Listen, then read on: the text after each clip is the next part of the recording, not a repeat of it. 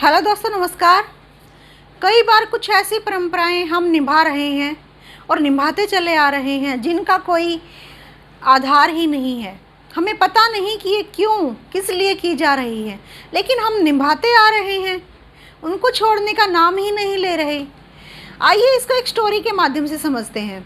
एक बार क्या होता है, एक साध्वी रास्ते में जा रही है और उसे एक डॉग का बच्चा दिखाई देता है। वह जख्मी हालत में है, काफ़ी परेशान है।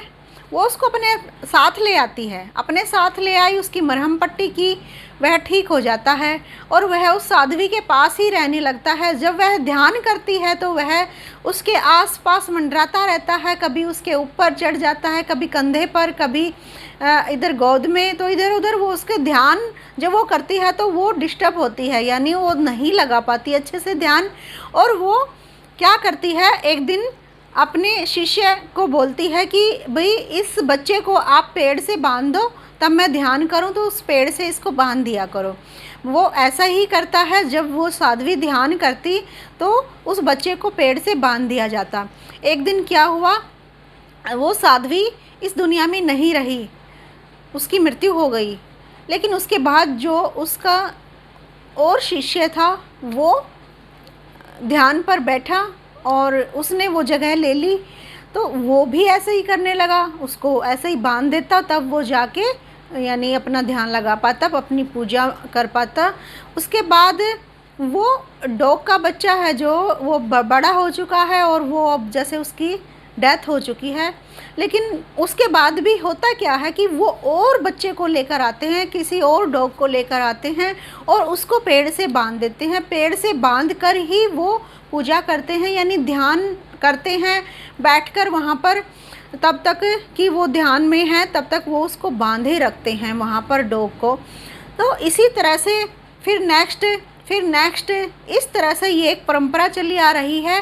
कई सालों से ये ऐसा ही होता आ रहा है। कोई पूछे तो भी ऐसे क्यों बांधते हो आप डॉग को यहाँ पर और उसके बाद ही ध्यान करते हो, ऐसा क्यों? वो कहते हैं कि हमारे गुरुजी ऐसे करते थे, हमारी गुरु ऐसे करती थी, तो इसीलिए हमारे बड़े ऐसे करते थे, इसलिए हम यहाँ पर ये करते आ रहे हैं और ये एक परंपरा है और जिसको हम निभा रहे हैं।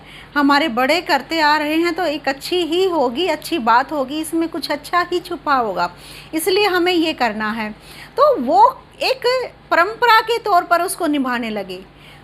क्या हुआ था, उस साध्वी ने तो वो डॉग का बच्चा क्यों बांधा था? क्योंकि वो उसे डिस्टर्ब करता था, उसके साथ उसका लगाव था, वो वहीं रहने लगा था उसके पास, इसीलिए। लेकिन ये एक परंपरा ही हो गई।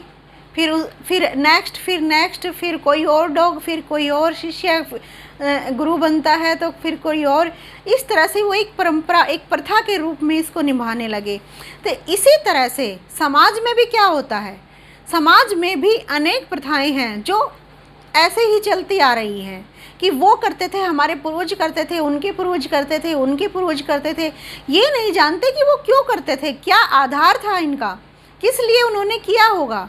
उनकी कुछ ऐसी समस्या रही होगी, कुछ ऐसा कारण रहा होगा, उन्होंने वो किया। लेकिन उसके बाद ऐसे ही रिवाज बना लिया उसको। लेकिन हमें ऐसे बहुत सारे रिवाज हैं, रीति रिवाज हैं, प्रथाएं हैं जिनको हमें तोड़ना है, हमें उनको हटाना है। जो निराधार हैं, उनका कोई भी आधार नहीं है। इस समाज में अनेक ऐसी प्रथाएं हैं, तो हमें उन प्रथाओं को बंद करना है, उनको इग्नोर करना है, उनको नहीं करना है। उनका कोई रीज़न था लेकिन उनका कोई फ़ायदा ही नहीं है, आज कोई भी कारण नहीं है, फिर भी हम निभा रहे हैं कि हमारे पूर्वज करते आ रहे हैं।